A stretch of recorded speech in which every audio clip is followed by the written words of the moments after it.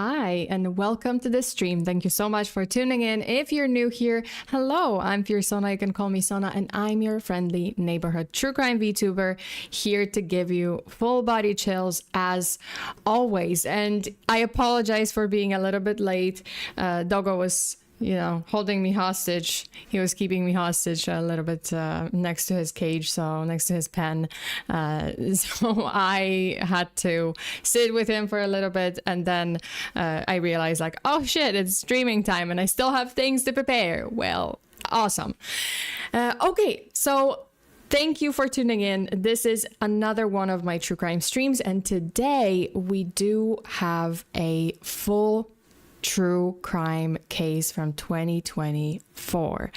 And the way it happened and the way it was discovered was absolutely insane, because the perpetrator was filmed by several people on a very famous bridge in Bristol in the United Kingdom as he was pulling suitcases behind him that were leaking blood.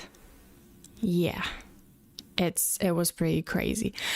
Okay, you guys, I'm gonna be adding, by the way, because I got 10 donos in the last stream, so I will be adding 10 gifts to my Christmas tree. Like we're decorating, we're putting gifts under the Christmas tree up, all the way up to my trip to Poland. So yeah, at the end of the stream, I'll be adding the 10 gifts that I received last time.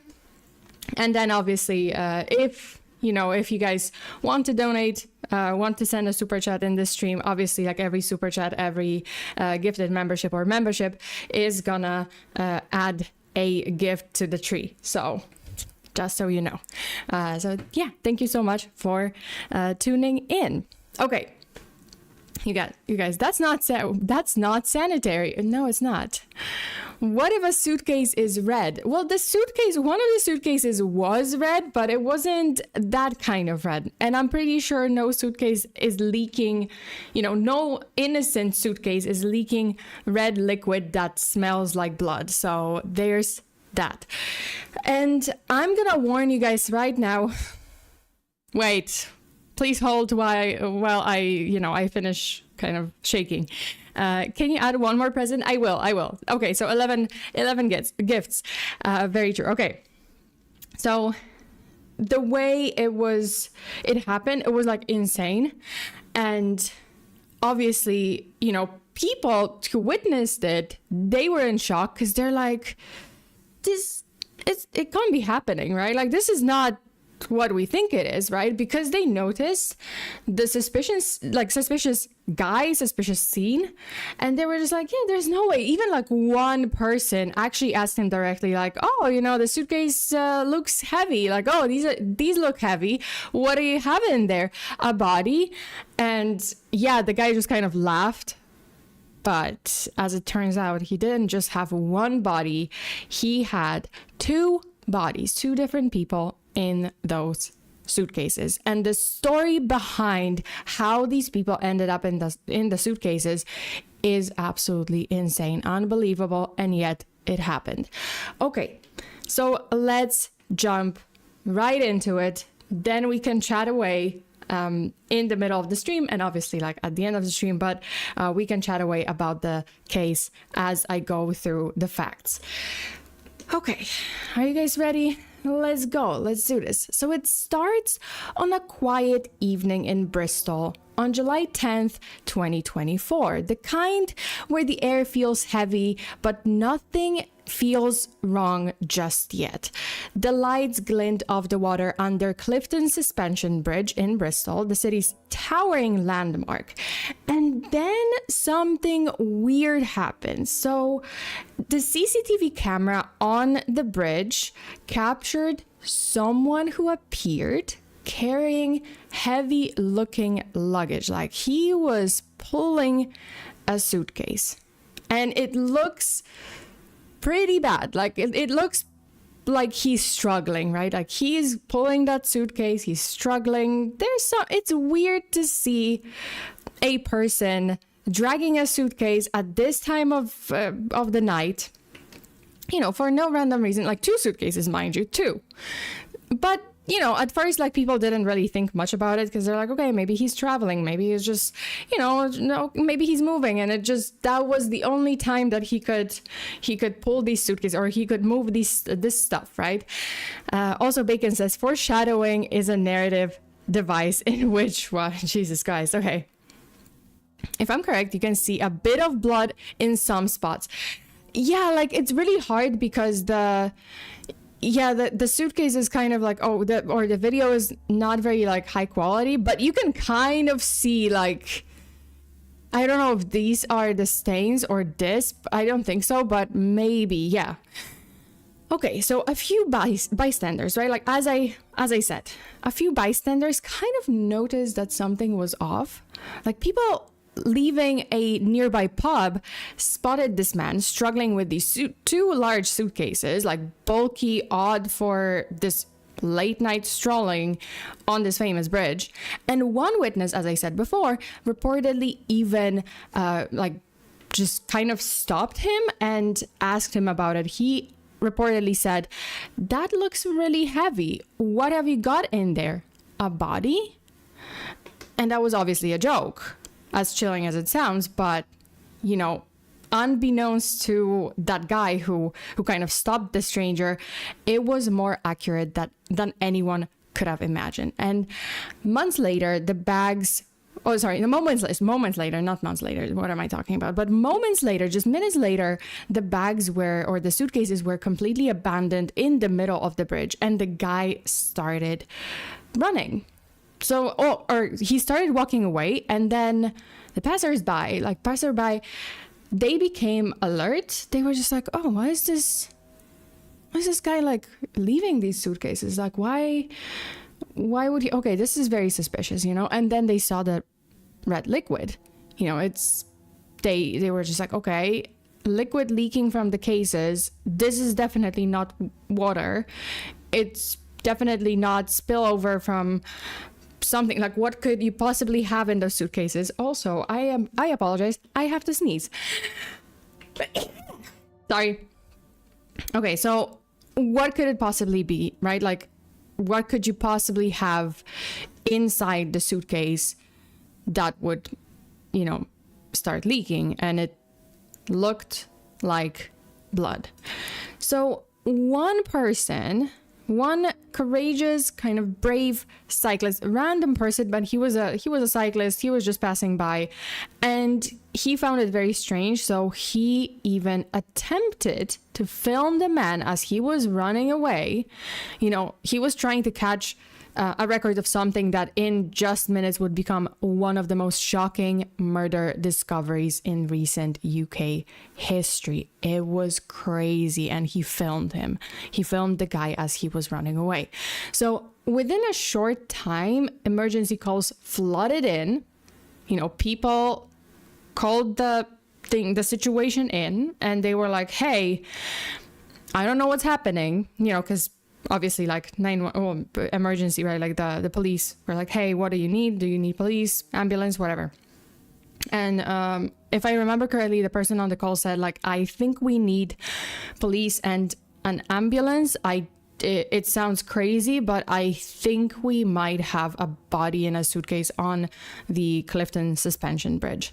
Like, there was this individual, he left a suitcase. The suitcase is leaking what I think might be blood, right? So, and police officers were just like, oh my God, like, is this true? Is this real? Like, we have to check it, right? So officers arrive, but the suspect had long vanished, leaving those suitcases behind, and the bridge was quickly shut down. A police tent was erected, and the full horror of what they had stumbled onto didn't come clear until sometime later. Like, those suitcases held human remains, and just like that, this seemingly random late night stroll across a famous landmark had turned into the gateway to a heinous crime. Wait, I'm just looking at the chat. Oh, wait, I've heard of this one before. You might have heard of it. Yeah, you might have heard of it because it was huge. Like this blew up 2024. Okay, so the morning after the suitcases were abandoned on the bridge, reality began to emerge. Police had opened both cases and they found inside it wasn't cargo, wasn't trash, but human remains. It was mostly, I think, arms and legs. If I remember correctly, it was like mostly arms and legs. And yes, they were from two different people. So they were like additionally surprised because they thought, okay, if it's a body, he probably stuffed arms and legs in one, or like half of it in one suitcase, half of it in the other case. No, it was just arms and legs. And then they determined, oh shit, this is not even one person. It's two different people. Now we have to figure out who these victims are and who is the murderer, who is the person who stuffed them there and killed them. I mean, most likely, right? Okay, so initial post-mortem examinations would eventually confirm that the remains belonged to two adult men. Authorities quickly initiated a major investigation, not just into their identities, the identities of, obviously, of the victims or their deaths, but also how two people had gone from a quiet London flat, which I'm gonna get to being dumped on a bridge hundreds of miles away, because London flat, Bristol, or London versus Bristol, it's hundreds of miles away. Like it's several hours away. So here's how this whole investigation unfolded. Luckily, investigators found a label on one of the suitcases, like one of those travel labels that you usually put on a suitcase in case it gets lost in like transit or something, right? Like you have those like labels, usually where you put like your address, your name, whatever, right? And one of the suitcases actually had that label, and this label led to a London address, a flat on Scots Road in Shepherd's Bush in London.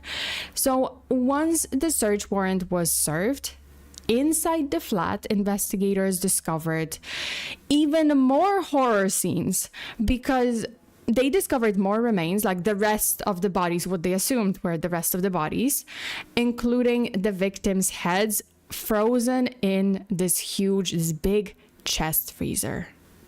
Yeah, like they literally like just saw this huge freezer and they were like, we hope it's not what we think it is. We hope that, I hope that if we open it up, like we have a bad feeling about this. We open this up and the rest of the bodies are going to be there. And yeah, lo and behold, they found heads and like other body parts inside of the freezer.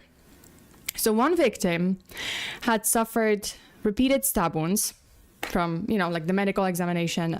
They had suffered repeated stab wounds, and the other victim had been struck with a hammer so violently in his skull was pretty much like mushed. It was just mushed. So this wasn't a crime of opportunity, mind you. Like as they investigated further, they realized like, oh shit, this is not a crime of passion. This was not done quickly. This was prepared over probably weeks, months, who knows. So from the murder to the dismemberment to the chilling plan to transport and dump the remains in suitcases, like every step was planned ahead. Also, Undead. Hi, Undead Rabbit. Thank you so much for tuning in. Jesus, why did this happen? Oh boy, like when I tell you the story, when you hear like why did it happen, how did it happen, like who was this guy, you're gonna, oh my god, it gets crazier and crazier from here.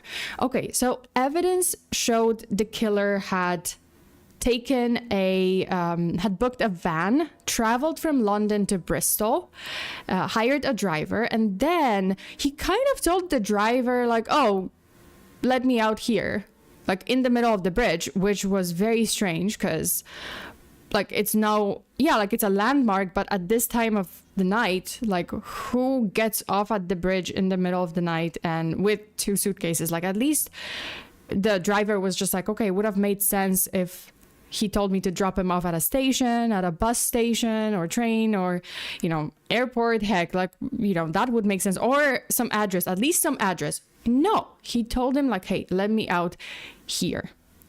Also, Unfathomable Fantasy. Thank you so much for tuning in. Witam. Okay, so yeah, evidence showed that the killer had the van, you know, booked a driver. Then he was seen on CCTV again, like dragging like those heavy suitcases across the famous bridge.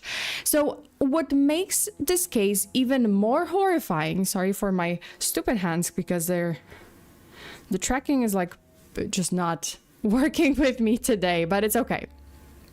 It's okay. Okay, so what makes this case even more horrifying, when confronted by the cyclist and bystanders, he tried to pass off the luggage as containing car parts. He actually said like, oh, car parts, oil, you know, like he started, it was very clear that he wasn't from there, like he wasn't British, like he had an accent and his English wasn't very good, but he was trying to like explain like, oh, car parts and oh, it's oil, like when the liquid was pointed out, like, oh, what is this? And he was just like, oh, it's car oil, you know, that's what it is. And, you know, he fled. And then immediately when people started questioning him more, he just started running away, right? Like he fled. And this liquid was obviously later confirmed to be blood, right? And then, you know, as the guy was running away, and we have that video from the cyclist who is, you know, filming him, chasing after him, the guy actually starts screaming something in a different language. And from what it was translated, like, you know, what translators could understand, he started screaming, "My boss is really bad." So I'm gonna play that video. So listen carefully. I mean, he doesn't say it in English, but, you know, like he starts screaming and he tries to like get out, like get away. Mira. Mi jefe es muy malo.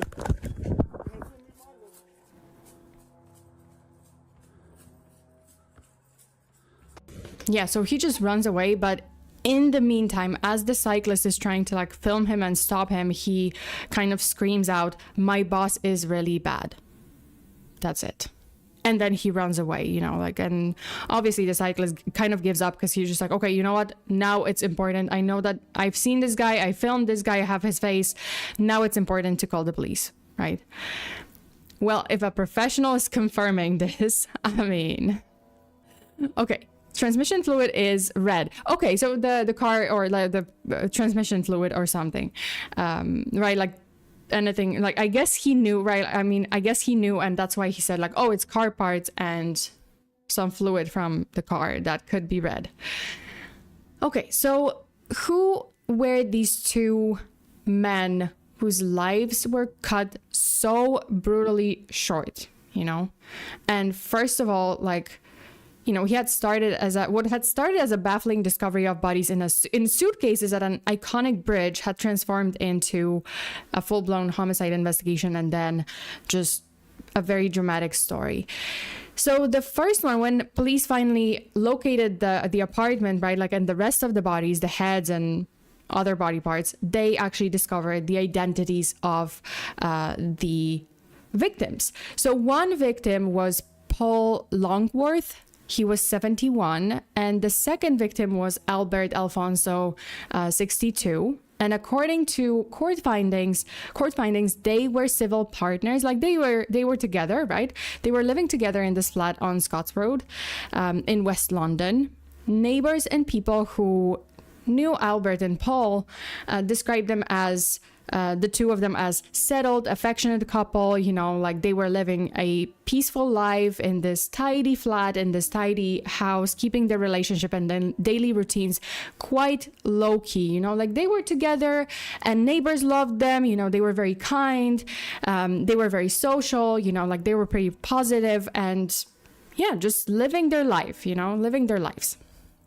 Okay, so things changed when Albert met someone online. So he meets this unknown man many years earlier, like a couple of years earlier, he does meet this man online through webcam-based adult website.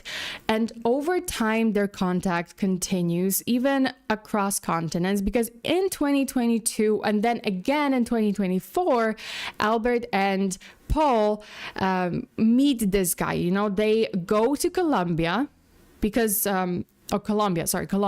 So they go on a trip to Colombia where the man is from, and they spend time with him, right? And eventually this man also traveled to London, arriving in their flat, and he was going to stay there for a while. You know, by all accounts, Paul accepted and tolerated Albert's private life, because it was mostly Albert that wanted to kind of keep in touch with this guy. Like, this guy turned out to be an adult content creator, and yeah, like corn content creator, you know.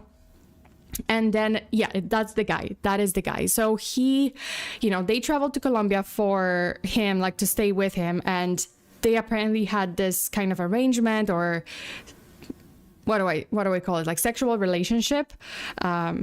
Because they were like, Albert was mostly into some more kinky stuff. Paul was not really, but he, you know, he was open-minded and he agreed to the arrangement, like kind of the threesome-ish. So they traveled to Colombia for this guy in 2022. And then later, the guy was invited to come and stay with them in the UK for a while, you know, like in 2024. And by all accounts, he was planning to stay longer. Like this guest, this content creator, this, you know, corn star, like he was planning to stay longer. He apparently enrolled into a English language course in London, you know, like he was obviously living with Paul and Albert, but he was kind of studying to polish up his English and to stay with this couple for a longer time. And, you know, like the arrangement was known to the three, you know, obviously the three of them agreed on this arrangement, and, you know, it was supposedly balanced, you know, like supposedly everyone agreed and everyone was okay with it. So why not, you know, like that's what it was. So that detail makes this tragedy even darker, because these were not strangers, right? Like you would think, okay, this guy, some stranger, like attacked them, broke into their home and killed them in cold blood. No, he wasn't a stranger. He was actually their partner for quite a while, for at least 2 years. And then this happened. And it wasn't a crime of passion, mind you, because I did mention that this was planned ahead. So in a matter of hours, on 8th of July, 2024, everything went wrong. You know, what had begun as a kind of arranged stay as part of a consensual relationship. And, you know, like, yes, in this threesome and this kind of maybe unconventional arrangement, but agreed upon by everyone, it ended in violence, betrayal, and an unimaginable crime. So we've kept him anonymous so far, but it's time to tell you guys who this person was. So the perpetrator was named... Oh, sorry. That's not it. Yeah, that is it. Never mind. So the perpetrator was named Yostin Andrés Mosquera. He was a Colombian national and a adult content creator who, according to court evidence, had been trading in fetish-style adult content online for a long time, long before he even set foot in London. So he was an experienced adult content creator, you know. And Mosquera was born in Colombia, and he was born in Colombia. You know, the timeline matters. First, he met one of the victims online. That connection wasn't one-off. Like, you know, they started building their relationship, him and Albert, from webcam website to real life. And then he traveled to the UK. I think it was like, okay, so I got it wrong at the beginning. So he traveled to the UK in 2022, October 2022. Then he went back to Colombia. Then Paul and Albert also visited him. And then he traveled back to the UK mid-2024 to stay with the couple for a longer time, you know, like, and he started attending the English language school, and it seemed like he was gonna stay, you know, like in the UK, like it seemed like it was gonna be a long-term thing. So the picture that emerged during the investigation was textbook premeditation. Like, it was so much worse than you can imagine. Like, this was not an accident. And Melissa says, looks like they met their killer after meeting him in Colombia. Well, no, they met online first, and then there were trips, and then they met him in Colombia, right? Like, in person. They met him in England in 2022, then in Colombia, then back in England. So the whole situation, like whole investigation uncovered that, or revealed that it was so much worse. Like, the premeditation, like what he was doing for months before the killing, like before the killings, was really, really disturbing. So for months before the murders, there were digital footprints. So Yostin did some Google searches about how to kill with a blow to the head, how to hide a body, and even he kind of searched about, like, he kind of looked up freezers and suitcases specifically of specific size, you know. It was very clear. I'm going to get into that a little bit more in a minute, but it was pretty bad. Like, when police investigated his electronic devices, or the couple's electronic devices, they found quite a few things. So after the murders, evidence showed that he tried to access the couple's bank accounts and even attempted to siphon their money. The Crown say that he tried to take about £4,000, and he was trying to do some other transactions on those accounts, or like take even more money or get even more money. And he was trying to open an account using their names somehow, like without their picture, but using their names. And those weren't the actions of a panicked, isolated moment. Like, that wasn't a crime of passion, right? Like, he's planning all of it.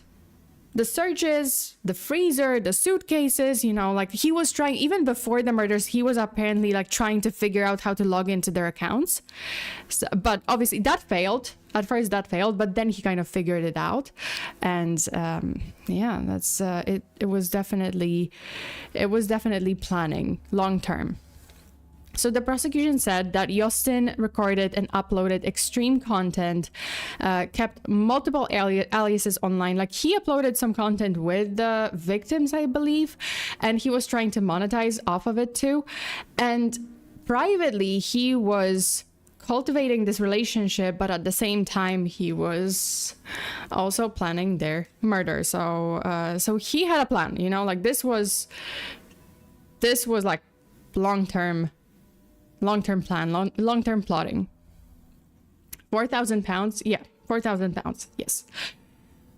Okay. So the jury heard that after the violence, so this is like also a pretty bad part. And I'm going to show you guys a video that's, pretty disturbing. I don't have the whole video, but I do have like one clip of him on the night of the murders, like right after a murder.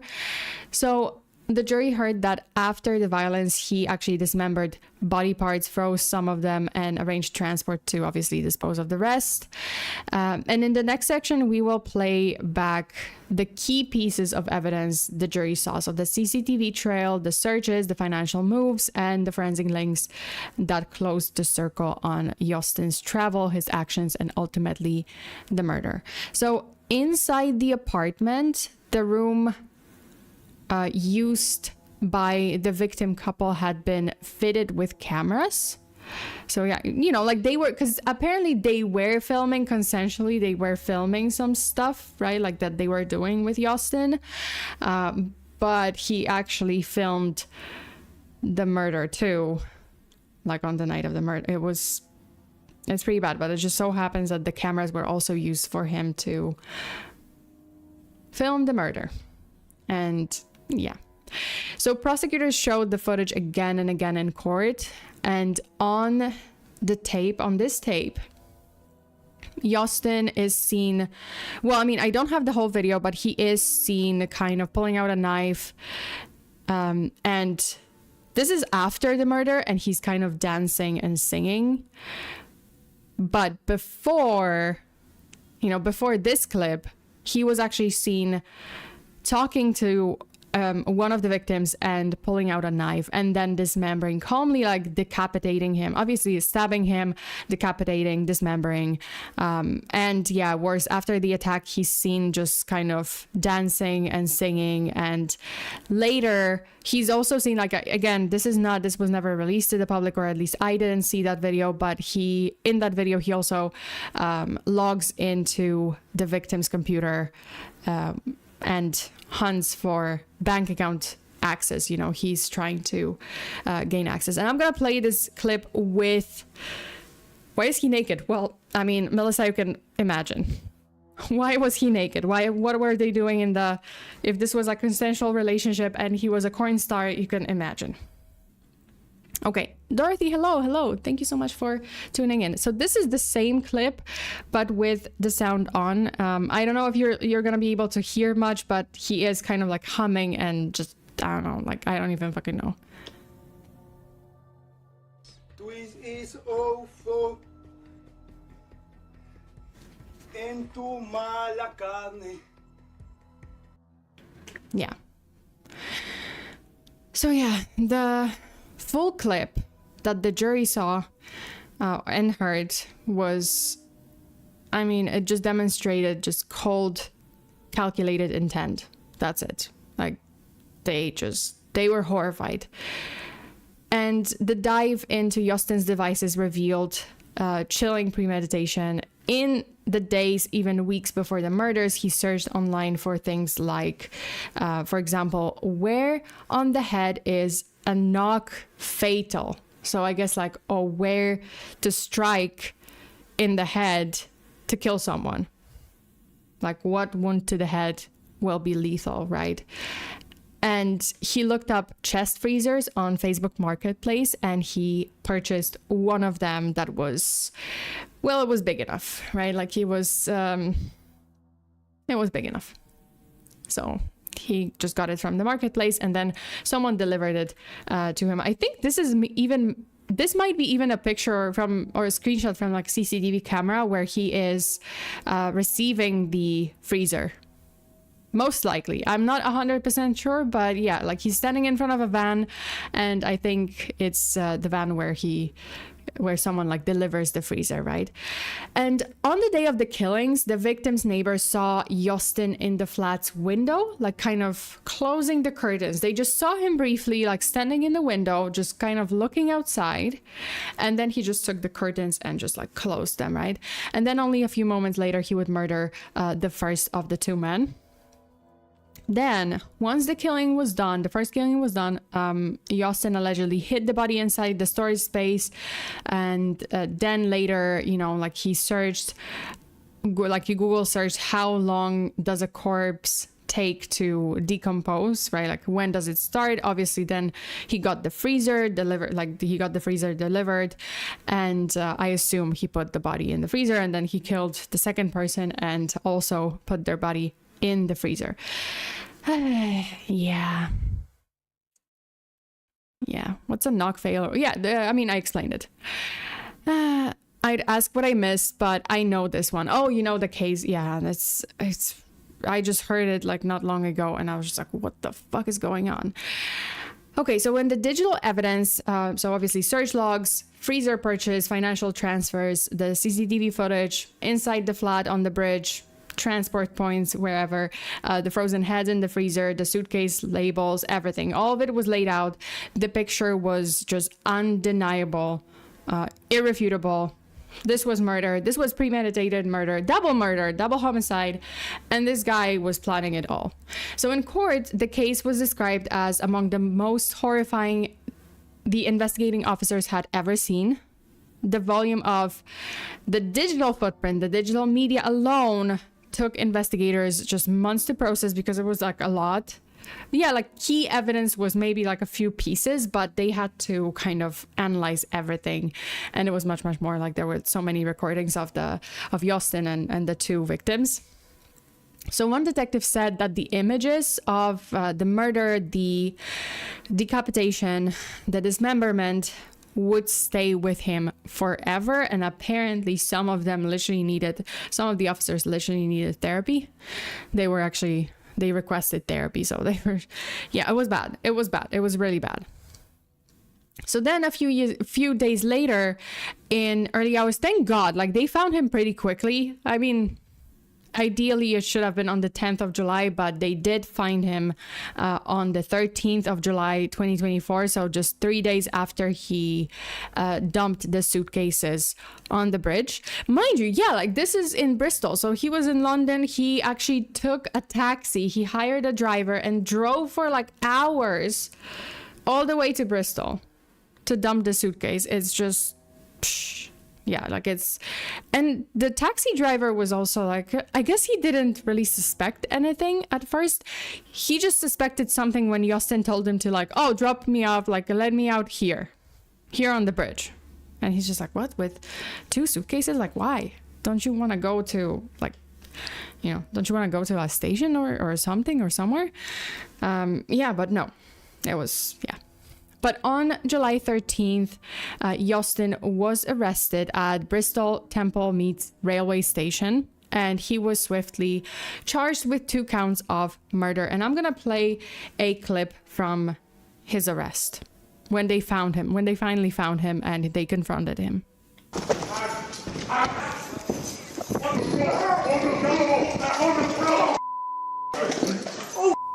I've got a hand, mate. Go. Yeah. Say the words, then. I'll be secure. Go. Stay down, John. Yeah. Oh my God. What happened? Secure. On your side, mate. What happened? Move your legs out to the front. Sit up. At this time, mate, you're under arrest on suspicion of murder. You don't have to say anything, but it may harm your defence if you do not mention when questioned something you later rely in court. Anything you do say may be given evidence. Do you understand? No. What? You are currently under arrest for murder, okay? What's your name, mate? What? What's your name? Nombre. Jot. Jot. Yeah. Jot or Joss? Jot. Surname? Jot what? Jot. Mosquera. Mosquera. Yeah, so as you can see, like he doesn't really understand, like he, you know, his English wasn't great. So when they arrest him and they tell him his rights, like he doesn't really understand. He says like, what? No, but he knows what it's about. Like he knows why he was arrested. Like make no mistake there. Like he knows what he did. And then, yeah, like he, you know, even when they ask him like surname, he doesn't really know what surname is, or like he doesn't get it at first, but then he gets it, like almost Mosquera. So yeah, they got him. And I wonder how the cops found out. Well, you know, like they kind of linked everything, right? Like they linked the flat, the victims to him, because they got a lot of pictures and they saw this guy in the pictures with the 2 victims, with Paul and Albert, and then they found out like their correspondence, their chats, you know, messages, emails, and the videos. So yeah, they figured out like who it is. And you know, are you a vampire? No, only my skin is. I just spontaneously combust in the sunlight. I don't drink blood though. I drink matcha latte. I'm a matcha vampire. Okay, so the defense tried, believe it or not, there was still defense. They were trying to defend him. I mean, I get it. It is defense, you know, like you have the right to a defense attorney, but it's still, you know, it's still kind of dumb. Like, especially if the crime is like so clear and you have everything on video. But the defense was there. So defense tried to argue that one killing was manslaughter, like claiming loss of control, like it was a crime of passion. And they suggested that the victim, you know, like, oh, the surviving victim. So they were kind of trying to sell the story that, oh, actually it's Albert or Paul, whoever was the first one, he was killed by the second one. So if he wasn't killed by Yostin, he wasn't killed by this guy, they killed each other or something. Like, it was just ridiculous. But the prosecution obviously countered with forensic evidence and a precise timeline, not to mention videos of Yostin like pulling out a knife and like stabbing one of the victims and dismembering them. So How were you trying to get out of this? Okay, so yeah, obviously they provided timeline and that both murders had been committed by Yostin with premeditation, and there was a lot of evidence that suggested, like, yeah, Yostin was trying to find out how to kill someone, and he was preparing for this murder. Like, there's no way to get out of it. Homeboy's gonna need Phoenix Wright if he has any hope of getting off the charges. Honestly, I am disappointed by the sentence, and you guys are gonna be disappointed too, a little bit. So on July 21st, 2025, so just recently, a couple of months ago, the verdict came down, the guilty on both counts of murder, obviously. Then in the sentencing hearing held on October 24th, 2025, so it's pretty recent, the judge delivered the sentence: life imprisonment with a minimum term of 42 years before parole eligibility. I don't know why parole was given, as in, like, why parole hearing was given even, because I would just be like, no possibility of parole. This guy was planning all of it.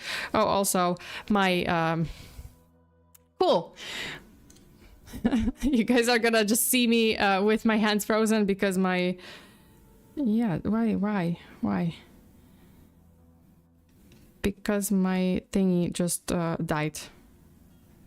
My thingy just died, so it's just gonna be like this. Okay, we're just gonna have to roll without any body tracking. It's fine. It's okay. Okay, so 42 years. He is eligible for parole for some unbelievable to me, or, like, I don't know, beyond my understanding for some reason. Sorry for calling you a vampire. You just look like a vampire to me. No, it's fine. That's fine. I do have that aesthetic, yes. I'm not a vampire yet. Hint, hint, wink, wink, wink. Okay, so the judge didn't really mince words. He described the crimes as, quote, premeditated and thoroughly wicked, end quote. And he also stressed that the victims, the civil partners at the center of the tragedy, right, Albert and Paul, were a, quote, settled, affectionate couple, end quote, whose only crime was trusting this man who came into their lives under the guise of partnership, under the guise of affection. And he wasn't there for affection. He was there for money, and he was there for their estate, pretty much. On top of the double murder conviction, believe it or not, this is not even the end. On top of this double murder conviction, Yostin also pleaded guilty to multiple counts of possessing CP. This guy is worse and worse. But he possessed CP. During the investigation, police found over 1,500 Category A indecent images or videos of children on his laptop. Like, he had a library of CP, like horrifying material that landed him. And this is not really, I can't understand how, but this particular charge, like possessing CP on his laptop, that was very much real, very drastic, and 1,500 images or videos, landed him an additional 16-month sentence. So a year and 4 months to be served concurrently with the life term. I don't know. I don't understand. To me, this sentence, like this charge, even though, like, oh, it's not murder, like, he's not only is he a fucking killer, committed double homicide with premeditation, he had a library of CP, and he got 16 months.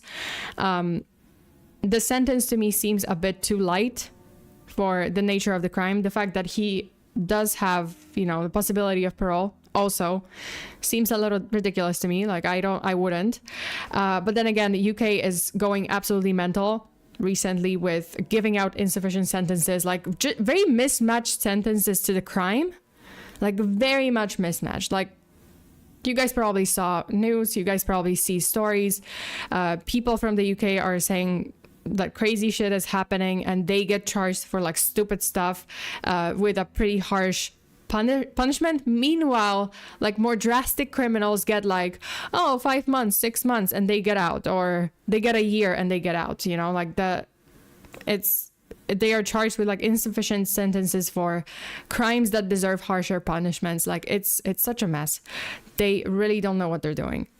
UK has crazy punishments. Like I've seen some stories and I'm like, how did this person get 5 years in prison for like an online post for a tweet?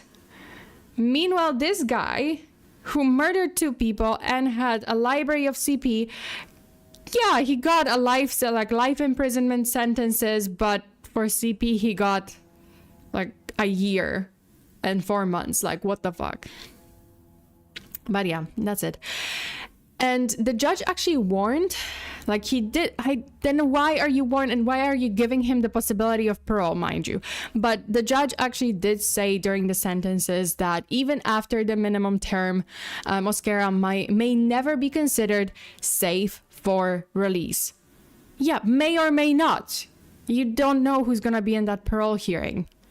You don't know what the UK is gonna be like in 42 years. It's insane to me. Like, this should not be allowed. Like, I don't think it's fair. I don't think he deserves possibility of parole. I just don't. I don't. Because this was very much planned. This was plotted for months. He knew what he was doing. He fled. He was planning to flee the country.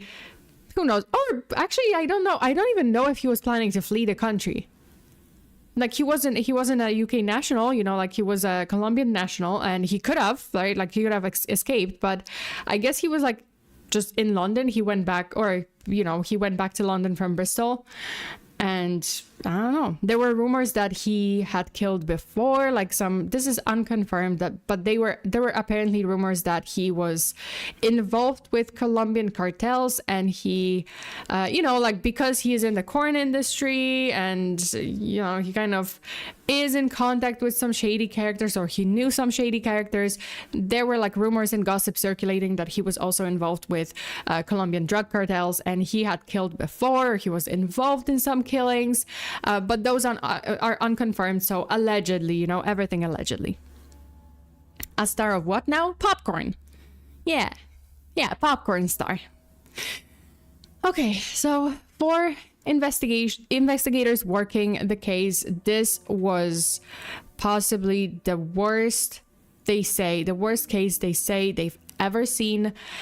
A brutal betrayal, a calculated plan for murder, dismemberment, disguise for the victims' family, friends, and those who once trusted Yostin Mosquera, so the 2 victims. This sentence provides maybe some measure of justice, even if nothing will ever truly undo what happened. Nothing is gonna bring Paul and Albert back to anyone, to their families, to their friends. So yeah, be careful who you trust. That's it. Be careful when you make friends online. Be careful who you befriend, who you invite to your home. Just always have some caution, especially when meeting people online. So who was Bra's boss? I don't know. That was the random comment, like, oh, my boss is really bad. But I think that's where the rumors about like Colombian cartels started. Like, oh, you know, maybe because he's involved with Colombian cartels, and that's why his boss is bad, because his boss is a fucking cartel drug kingpin. At least that's what I was reading. That's what I saw on, about this case, around this case. But who knows? This was never confirmed. Allegedly, you know, everything alleged when it comes to the cartel involvement or any shady character involvement. Not to mention, like, he is in, you know, he is in the corn industry. So I would say there is more than one shady character in that industry. So who knows? I'm not trusting anyone now. You should always be careful. That's all I'm gonna say. Like, you should always be careful who you meet online, who you text, how you text them, who you invite to your home. You know, like, especially if it's not family member, you know, long-term best friend or very close friend that you would trust with your life, you know, if it's not a person that you know 100%, always be very, very careful. Yeah. Okay. So that's it for the case. Star of David, you know, the star on the flag of Israel, that one. Wait, oh, Star of David, the 6-pointed star. Wait, corn star. Is it popcorn star? What? Okay, I didn't catch that. I'm sorry, I didn't catch that. Don't trust people easily. I think this was a pretty complicated situation because, you know, on one hand, they did know him for about 2 years, but did you really know him? Like, did they really know him? They were mostly communicating online, and then yes, like they traveled here and there, like back and forth between the UK and Colombia, but they didn't, they knew each other, but they didn't really know each other, right? Like they didn't grow up together. They didn't, like, you know, it wasn't as close of a relationship. It was more like situationship, I guess. Like a little bit, you know, like they had this arrangement, this very unconventional arrangement. And I mean, one might say unconventional with Yostin, and it just backfired. It's not the victim's fault because they thought, hey, we've known this guy for 2 years. We had this arrangement. Everything was going well up until this point. But the moment they kind of moved him in to their home, everything went downhill. Okay, you guys, thank you so much for today. I will be adding, now I'm gonna be adding the gifts under the Christmas tree. It is time for the Christmas tree to be, to be decorated, because I have to add like 13 gifts. Oh, and also I'm melting into the couch. Great. Can I go back to my, I went back to my spot. Okay. He showed the side of him he wanted them to see. Well, he was planning for a while. He had some bad intentions. Okay, it's one. I have to like make sure that I have 2. Oh shit! No. No, this is not. I have to remember not to copy the Christmas tree. I always copy the Christmas tree and then it's just like kind of mess up too. Yeah. And I'm just gonna, she made another tree. I made another tree. Jesus. Okay. Okay. 3. Oh, I don't want this.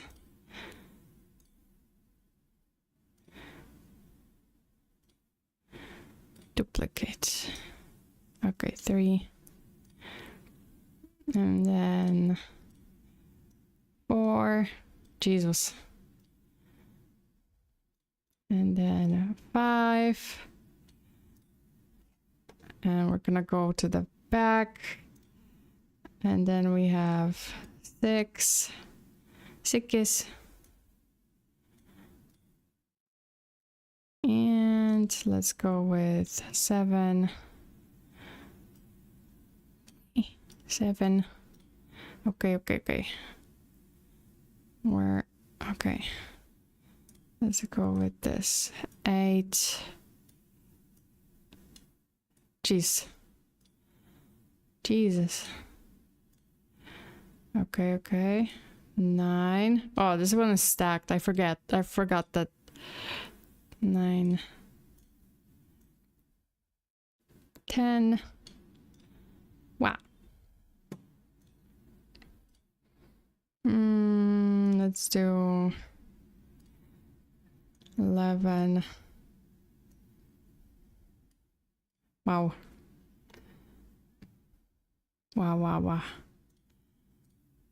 12. Oh, why? Oh, nice. 13. Hey.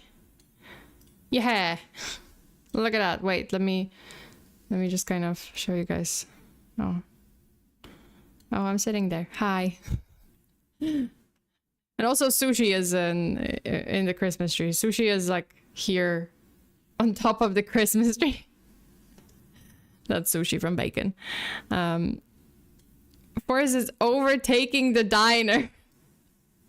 Soon, the whole forest, the entire, like, the Christmas tree forest, Christmas woods. Yeah. All right. Okay, you guys. Sana, when will your food arrive? There's like no service. Listen, it's not a great restaurant. It's not a great diner. I just kind of found this place. I think it's abandoned. I think it's like haunted. Maybe I'm not even sitting in a diner. Maybe it's like a haunted, abandoned mental asylum or something. I don't even know. It might turn into like a ruin. And yeah, is it closed? Yes, it's closed. It's just my filming set. That's it. It's not, yeah, it doesn't work like that. It's just, yeah, I'm here alone every single time, every single day. I just have sushi. I just have sushi to accompany me right now. Well, I guess I have like little mini Mothman. Why are you sitting on a bus bench? It's been days. My butt and my legs are just stiff. They are numb. I can't stand up. That's it. I cannot stand up. I'm gonna be changing the background soon. Like I have to rearrange it. Okay, so that's it for today, you guys. Thank you so much for sitting through this case with me. I hope you found it interesting. And tomorrow I have a Patreon stream, so I'll see you guys over on Patreon tomorrow. We will be talking about the worst amateur professional hitman ever. So another pretty crazy case. I believe it's kind of from the UK and US. It's kind of a joint case. So it's gonna be pretty messed up. It's gonna be pretty crazy. Believe me, the story gets out of control. Like the story gets absolutely out of control. But yeah, it's just plotting revenge, plotting murder that goes bad, and the hitman who was supposed to be a professional is a complete amateur, and yeah, like it just gets crazy. It gets really, really bad, but doesn't change the fact that some people were hurt. Okay. So thank you so much. I've been waiting for my burger for months. Oh well, I don't think you're gonna get that burger. I think, oh my God, the Dorito is like in the couch, inside of the couch. Oh no. I'm gonna copy this one gift and put it here. Yeah. Oh, great. Awesome. Okay. Burger. No. Okay, so thank you so much for today. I hope you guys enjoyed. I mean, as much. I hope you guys found the story interesting. And yeah, you might have seen that I am also a part of a VTuber concert. Like I do have a little cameo in Plotty's VTuber concert, and it's also her 3D debut. It happens. It takes place. Well, it's gonna be happening on the 13th of December at 7 p.m.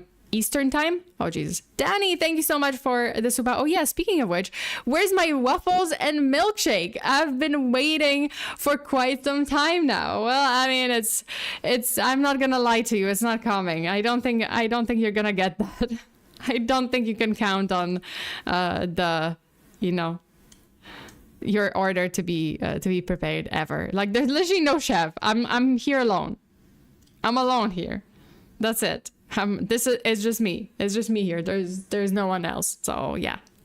Thanks for the stream. You're welcome. Oh my God, I am so sorry, Sana. What? What? Why? Sorry. Why? It's okay. Thanks for the stream. Bye, Angry Mobs. Bye. Thank you so much for tuning in. You guys. So I'll be taking part in this VTuber concert on December 13th at 7 p.m. Eastern time. So I'll be watching it here, obviously, because like my parts were obviously pre-recorded. It's Plotty who's going to be like live with the concert, and my parts and other VTubers, because there was, I think, 50-ish VTubers involved. It was a lot of us. We're a lot of us, and yeah, we sang some stuff, we pre-recorded some stuff, so there's gonna be clips, there are gonna be songs during the concert. I'll be watching it here on my channel, and it's gonna also be on Twitch. So yeah, we are your imaginary friends. I mean, sure. Sure, usually it's plushies, but you guys can be the gifts are representing you guys. So all those gifts, all these gifts are you, every single one of them. Okay, you guys, thank you so much for today. Stay safe out there. Always lock your doors and windows. Bear your haxes. Until the next time. Bye.